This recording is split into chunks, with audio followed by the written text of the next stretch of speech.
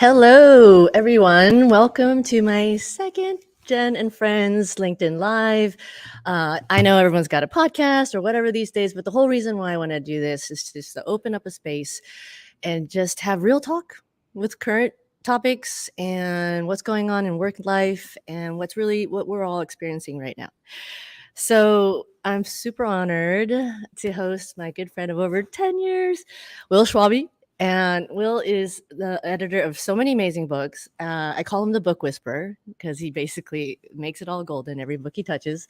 And I'm super honored that and proud that he was a book whisperer of delivering happiness, so much that I had to express my gratitude in my book Beyond Happiness to express how much you've inspired me and really called me a writer before I even thought I was one.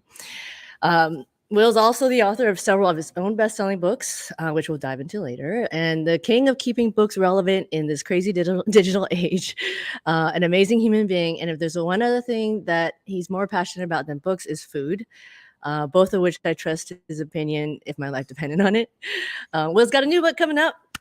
We Should Not Be Friends, the story of a friendship, and it's about coming out in February February 2023. 2023. Available for pre-order right now. It's about improbable and life-changing college friendship that you developed over the course of 40 years. I haven't read it yet, obviously, but can't wait. But it sounds like a perfect antidote to divisiveness of how we could really just get along against all odds in some ways.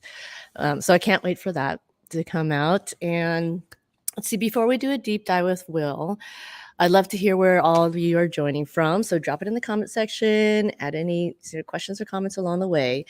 Also wanted to mention, actually, today, the paperback version of Beyond Happiness is being released. Sorry, Will, I have to put the syllable in there. Which isn't a huge deal other than it's now a lighter lift to read.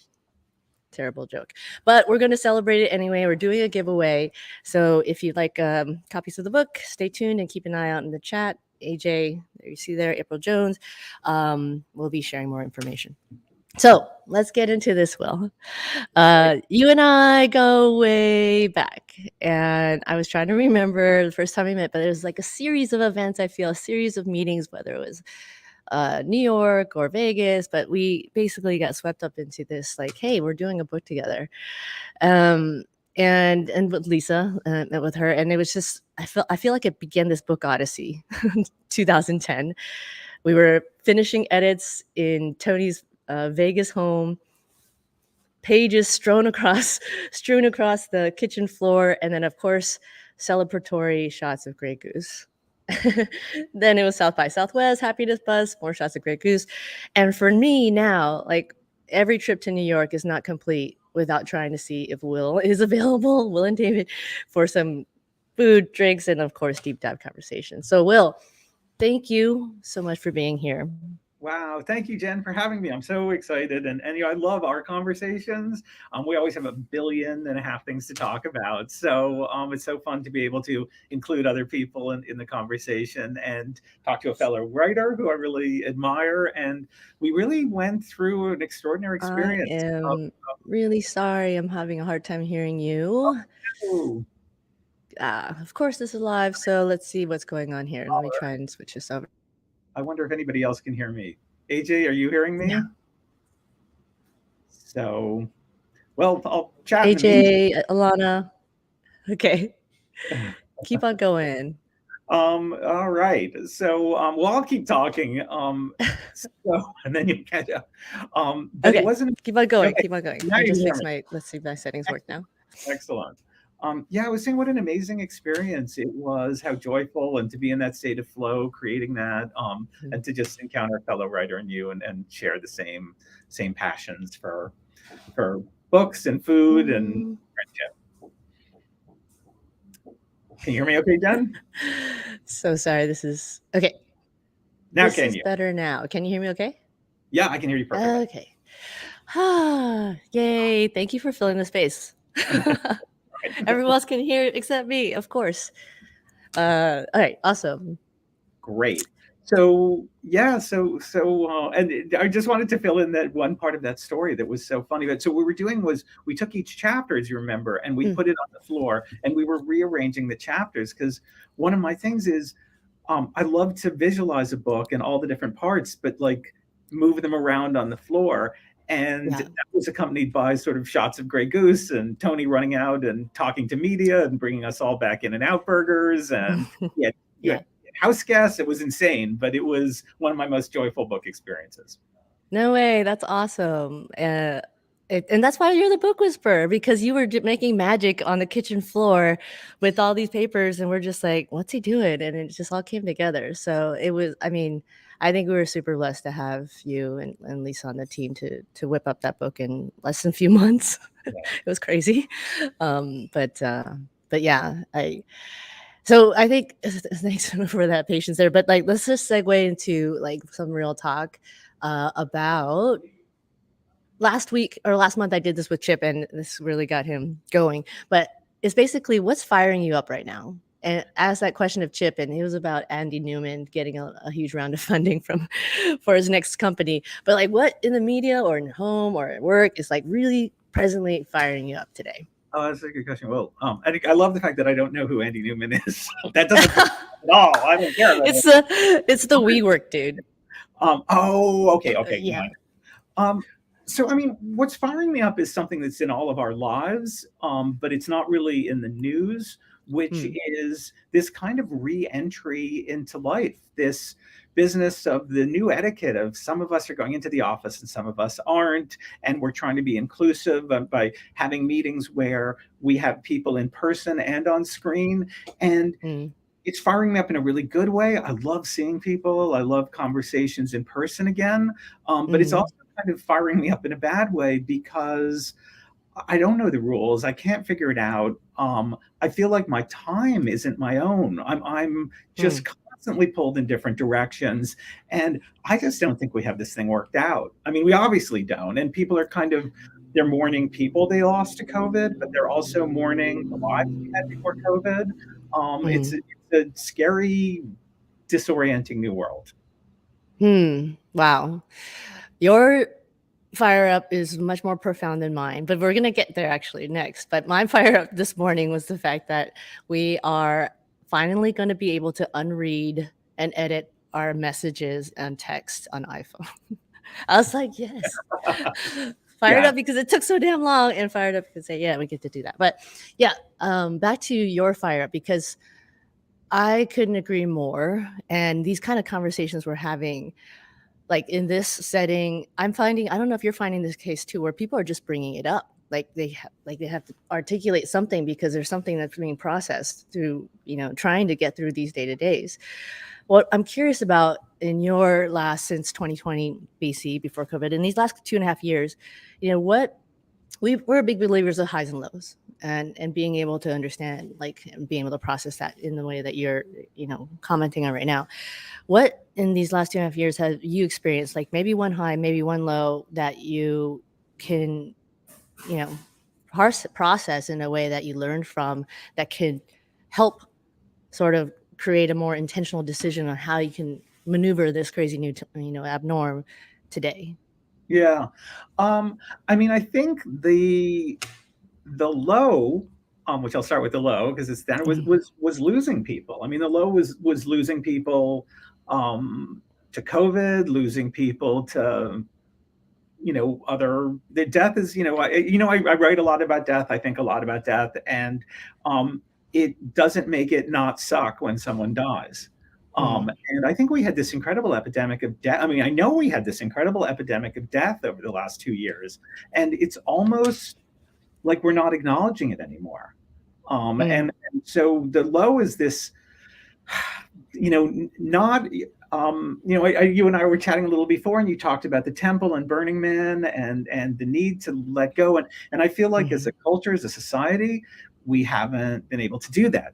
But so on the flip side, I want to now go to the highs. Yeah. This relates directly to the name of your show. The highs are friends. The highs are, whether it was by Zoom or a phone call or a text or someone just checking in, or those times when in New York we would literally be in a blizzard eating outside a restaurant. We were all eating outside, but just having this profound gratitude that that person in a parka sitting across from you, shivering, is a friend, and get to see each other. So those are sort of, and so the thing about the lows is it's focused me much more on the highs, much more about friends and the value of friendship and looking after our friendships, taking care of them. Yeah, love it. And that is exactly why we invited you to this specific episode, because of the topic of living legacies. And like you mentioned, you've been, writing and talking about life and death. And in both your books here, right here, that I have, that I've completely loved, and the End of Your Life book club, Books for Living. Ironically, you wrote this one first, so the end coming first It's before funny. living. So a bit of a fake out, because the End of Your Life book club, a depressing title, but it's about life, and Books for Living has a very optimistic title, and it's about death. That's my little thing. That is, which makes me curious. Are you the kind of person that reads the last chapter of the book because you went, end first? Well, it's I know why you're asking that, because one of the stories I told in the End of Your Life book club, which was about the books I read with my mom when she was dying of pancreatic cancer, and my mom read the end of every book first, every book. And when I say that to people, sometimes they gasp, because it's like a heresy. Like, how could you do that? Whatever it was. But then I feel like she would have had the final laugh, because I saw a study that says that people who read the ends of books first enjoy them more.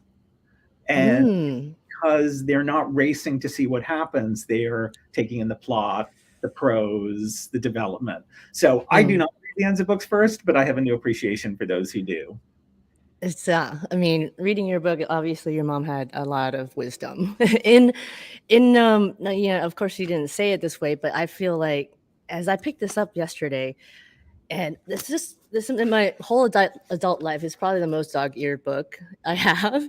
I have pages that are double dog-eared. So like and I started reading and I started crying. Like I started getting emotional, because it's a beautiful, like how you weave your love of books, and it's like a love letter to your mom, but it's also a portrait of yourself.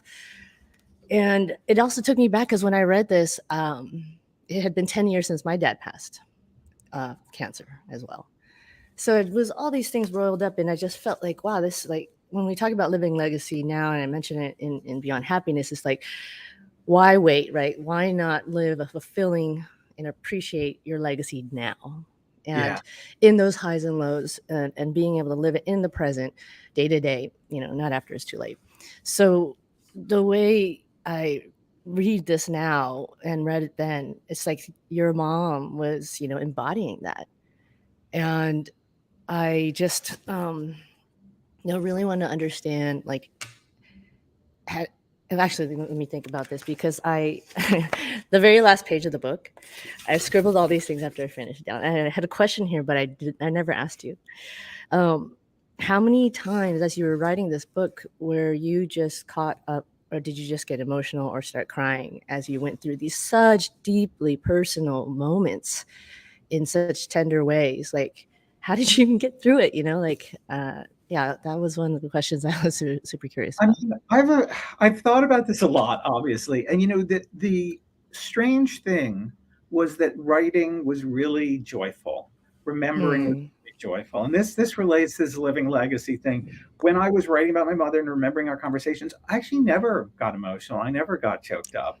Wow. Remembering brings joy. When I get incredibly emotional is the forgetting. And so, for example, when I realized that I'd gone a couple days without thinking about my mother or something wonderful she taught me, or when I couldn't remember something that I really wanted to remember, it's in those moments that I think someone you've loved and lost is really gone, is the forgetting. So, and I feel in our culture too, like, it was also a way of announcing to the world, I want to talk about her. I want to share her legacy. I want to share what she taught me and her funny foibles and the whole thing. Yeah. And it's sometimes that, when we don't, when people will never ask you about your father and his life and what it meant to you. Mm, That's when people are disappeared. That's when they're really gone, is when no one talks about them anymore. Um, mm-hmm. so that's what I was trying to hold on to. And there's just a brief story I'd like to tell Yeah. from, actually it's from Books for Living, but my most emotional reading experience in my life was when I was 16 and I read David Copperfield. And I Mm, just loved these characters. I loved Steerforth and little Emily and David. And when I got to the end of the book, I burst into tears because wow. I thought I love these people and they're out of my life forever. But of Mm, course they weren't. I always think about David and little Emily and Steerforth and the whole thing. They're part of my life. Um, mm, so to me, like living a legacy is our responsibility to the people we've lost to live life fully for them, that they can't mm, live life, so we need to do it for them.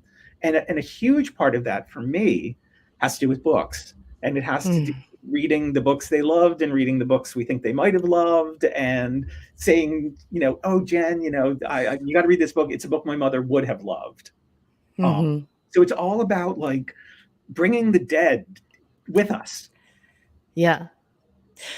I love that because I also was listening to a podcast from the Plum Village yesterday, which Thich Nhat Hanh was you know, a part of. And one of the monks was talking about how really, it's all about our ancestors and not the typical what we think about, like what our ancestors are. Our ancestors are all around us, not just our familial one, but also the people that, like anyone that's, came before us. So I feel there's a big tie into that of honoring that. And I love the fact that you do it through books and it's so vivid and you make it so relevant to today's world. I have to read something that you just mentioned that made me think about an excerpt from the End of Your Life book club. I couldn't help but smile. We're all in the end of our life book club, whether we acknowledge it or not.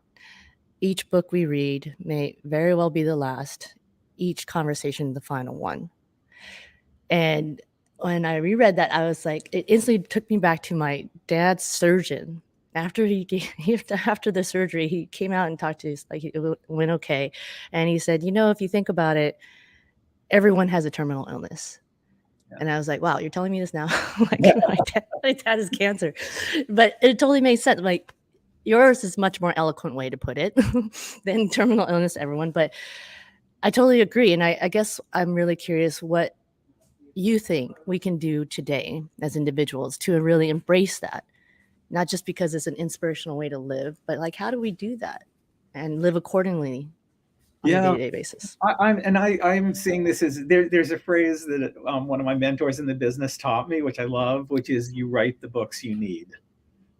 Mm, And so I'm coming at this from the position of having written about and thought about this stuff because I have to remind myself of it all the time. But for me, that knowledge of we're all in the end of your life book club and you don't know the last conversation you have or books you'll read, to mm, me, it's just a way of saying we've got to be more thoughtful about how we spend our time. And um, yeah, that uh, whether it's whatever habits we have, whether it's doom scrolling on Twitter or watching CNN when I've heard the same line like a million times in a row and the same talking heads reappear. And yeah, it's not like I love napping, I love wasting time, I love sitting around with friends. That's not wasting time is even the wrong thing. I mean, I love chilling, but there's so yeah. much that I do which is not chilling. It's Hmm. just being disrespectful of my time and not just taking into account like these people we loved and lost. What would they do with an hour on Earth? What kind of conversations would they have? What book would they read? Um, Mm, and I feel also, it's this responsibility to try to take pleasure in ordinary experiences and not construct our lives around peak experiences. And mhm. this is something you've thought about a lot too, which is uh, it doesn't have to be seeing Bruce Springsteen in concert or going to the greatest restaurant in the world.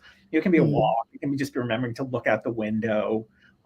It's mm, just, I feel like if anything that life teaches us, it's just to be a little more mindful of it. mm. Yeah, And lovely. like it's not. it's a responsibility we have towards the dead. That's how I would put it differently. Like we Mm-hmm. owe it to them. Mm-hmm. Mm-hmm.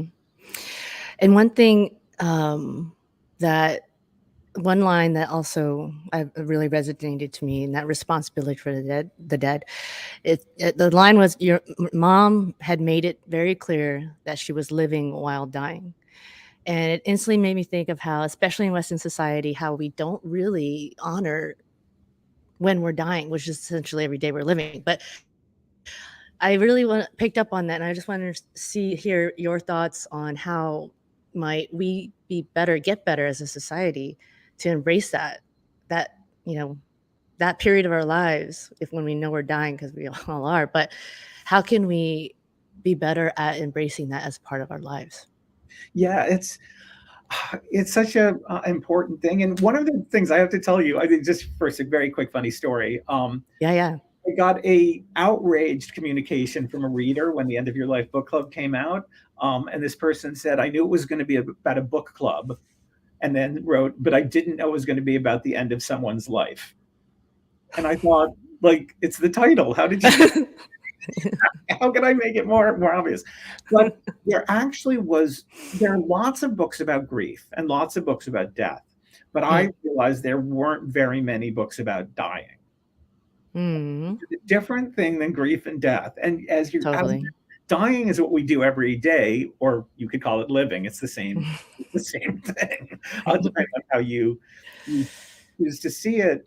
So for me, I think that the theme that came across, and I really learned this from mom's extraordinary palliative care nurse, who was one Mm, of the great palliative care nurses in the field. And this relates back to what I was saying about like peak moments in Springsteen concerts, yeah. is she told the whole family, like, you don't need to try to make a special experience every day. Hmm. There'll be days when your mother wants to sit and look at the way shadows play across the wall, or listen to classical music, or just spend a little time having a cup of tea, and that's living. Hmm.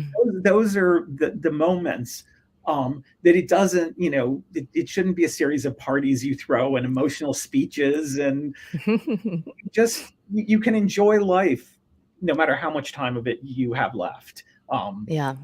And none of us know how much time we have left, so I guess that's what I try to remind myself. I get so caught up and so frenzied, and I forget, Mm, just like, take a moment and yeah. enjoy. Yeah. I think that's something that everyone, at least we were able to talk about it more, and having those moments now more than ever, like in workplaces with, uh, I know having these conversations is like, is so much nicer. That, like, that was like like my brother says, don't let a good pandemic go to waste. And so that's one way to do it. It's like, let's enjoy this time.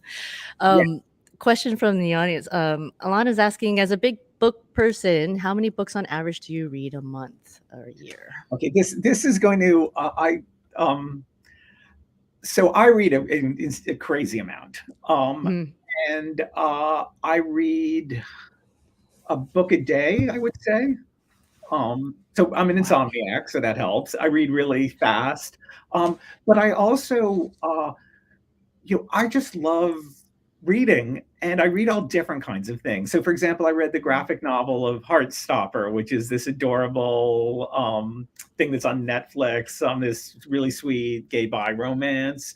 I Uh, read an Follett book, a thriller, The Eye of the Needle, the day before, that I hadn't read since I was a kid. So I read all different kinds of stuff.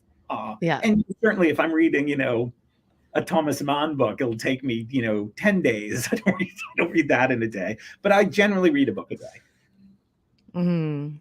And I love the question, that the quintessential world question every time I see you is, what are you reading? That's a good question. Well, I just answered the last two books I read. Yeah. I seen it. Yeah. Again, I No, I read. love how you ask everyone.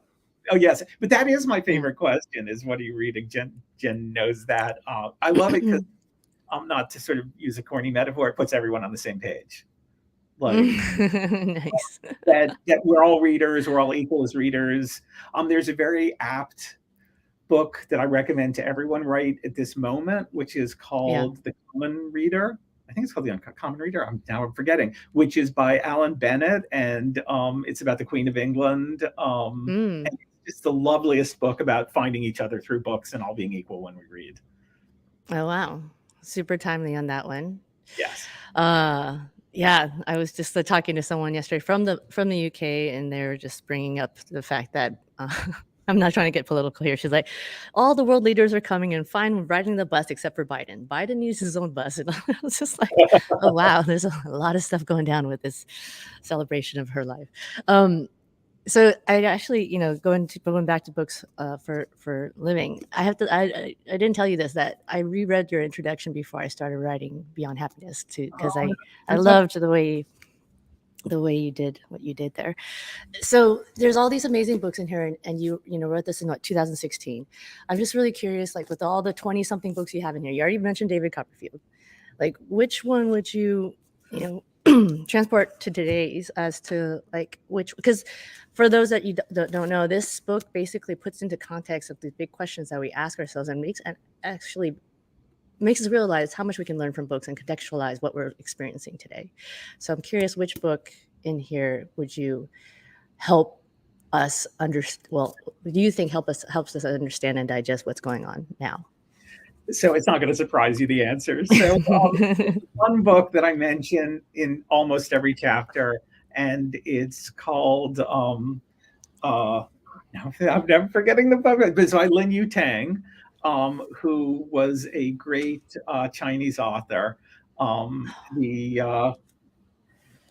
forgot the name. The Well, Art of Living. keep on talking, Will. My I can't believe it. I'm my in. audio's doing my thing again. Please keep on talking. You're doing an Oh, okay. amazing job. And As and it's a book about just all of these themes I've been talking about enjoying life and about taking every moment. But it's also, incredibly prescient. It was written in the 1930s, when the world, the great powers, were on the eve of this horrific war. So it mentions Stalin, it mentions Hitler, it mentions the danger of demagogues who whip up racial prejudice to get groups of people behind them. And it is really this plea to return to humanistic values. And the idea that reading books and talking about books isn't trivial. In fact, it's the most important thing we can do. It's about legacy, it's about culture, it's about all of the values that make us human and distinguish us from animals. And so it's not books an escape. It's a book about how books tell us what we need to do in life, and also that sort of classic theme, which is he was a huge fan of read whatever you like. Like there is no book that you can't learn something from it. It's dense and kind of wacky and filled with digressions and diversions, but it's just one of my favorite books in the world. Can I ask you, like, the way the way you approach books is like, it's not just a metaphor for life in some ways. It is life. Like, books are life. So, like, where did you get that from? I think, I got it from my mother. And I realized from the very earliest age, on some deep level, although it took me decades to realize it, that when my mother would sit down with us and give us a picture book at the end of the evening, and we got to choose, the book with 3 kids, and she read 3 books, God bless her, that it actually wasn't the reading of the book that was important. It was the time with my mother before bedtime every night. And it's anyone who's read picture books with children knows, why is the green monkey doing that? And who's the man in the funny hat? And you have these conversations around books and you bond over books. And so to me, I realized that from a very early age, the joy of books is that they bring us together. They give us something in common. They give us things to talk about.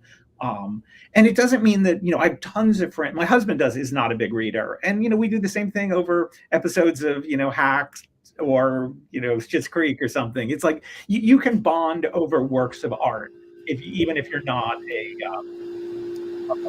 reader. So that, I think, is when I realized the power books to bring us together. That it's just a weird Yeah. thing that you do all by yourself, but that connects you to other people. No, it's beautiful. We've got a question from Carolyn. I want to write a book, but have been stuck for years on what to really write about, even though I write every day. I'm sure this is applicable for a lot of people. Have any advice on getting it unstuck? Thank you, Carolyn. And also thank you, Gino. It's Adam Newman. I appreciate the correction. But It's Carolyn. such a great question. I'm going to first recommend a book, which is Bird by Anne Lamott. And do you know that? I'm just curious who here has heard of that book. And I'll tell the sort of story that gives the title, which is it's a book about writing and about life. And one day, Anne Lamott, when she was a kid, came down to the kitchen table and her little brother was sobbing inconsolably. And the father also came down and said to the little brother, what's wrong, buddy? And the brother confessed that he had been supposed to write a report all term called The Birds of North America, where he would write about every major bird kind in North America. And not only had he not done a lick of work the entire term on it, but it was now literally due in like 12 hours. And so he basically said to his father, how could I possibly do this? And the father said, bird by bird, meaning just start, break it into little chunks, one and then the other. Anne Lamott also talks about, and excuse my language, what she calls a vomit draft.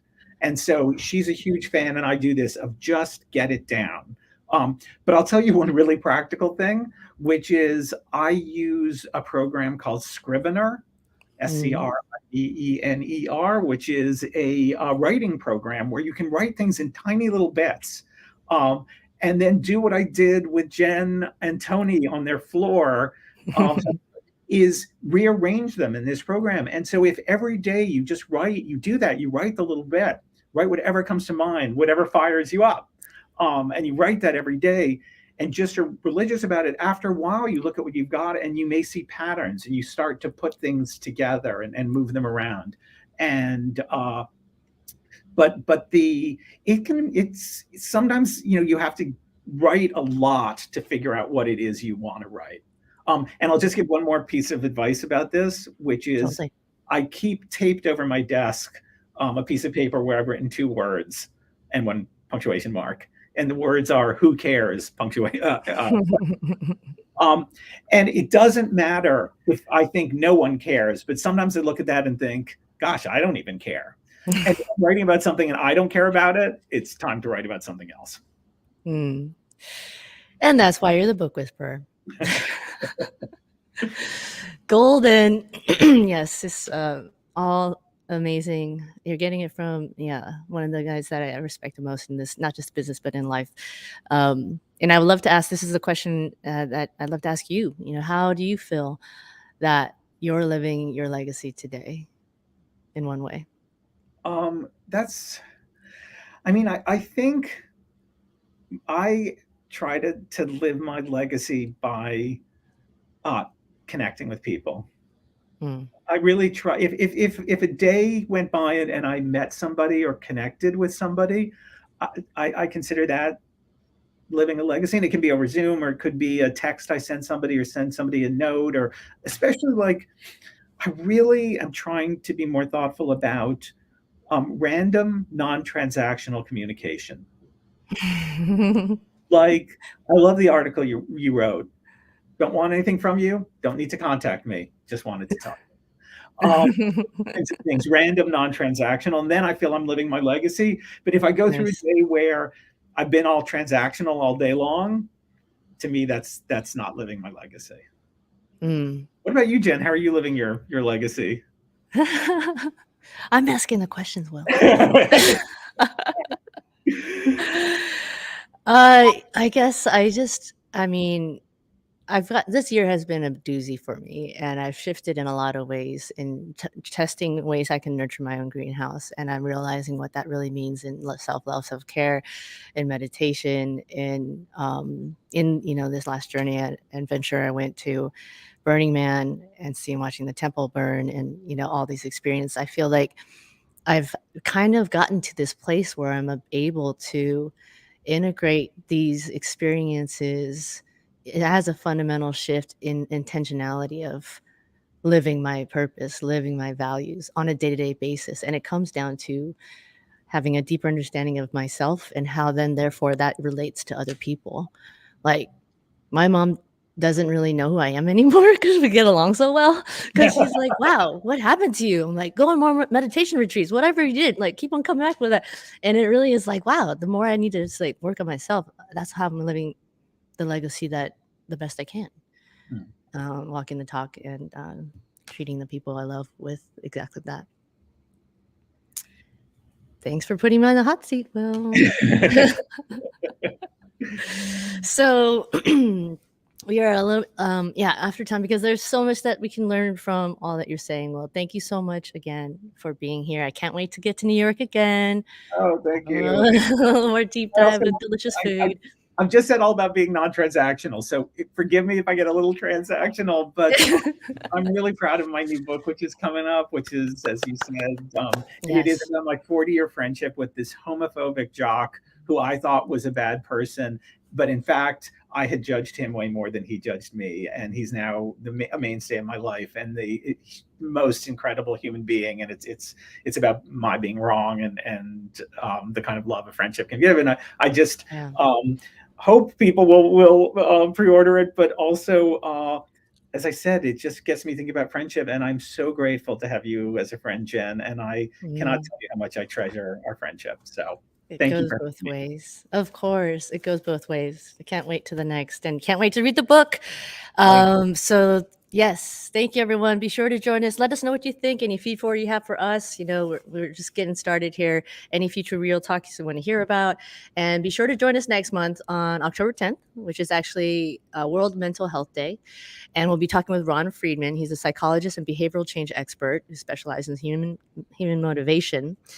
And that goal of the day is to make mental health and well-being a global priority. And of course, we want to talk about that and how that, fits in the workplace. So be sure to join us for that. And until next time, we'll see you in New York or come here, please visit. And hope everyone is getting to your own real talk in your own way. Bye for now. Bye. Thank you.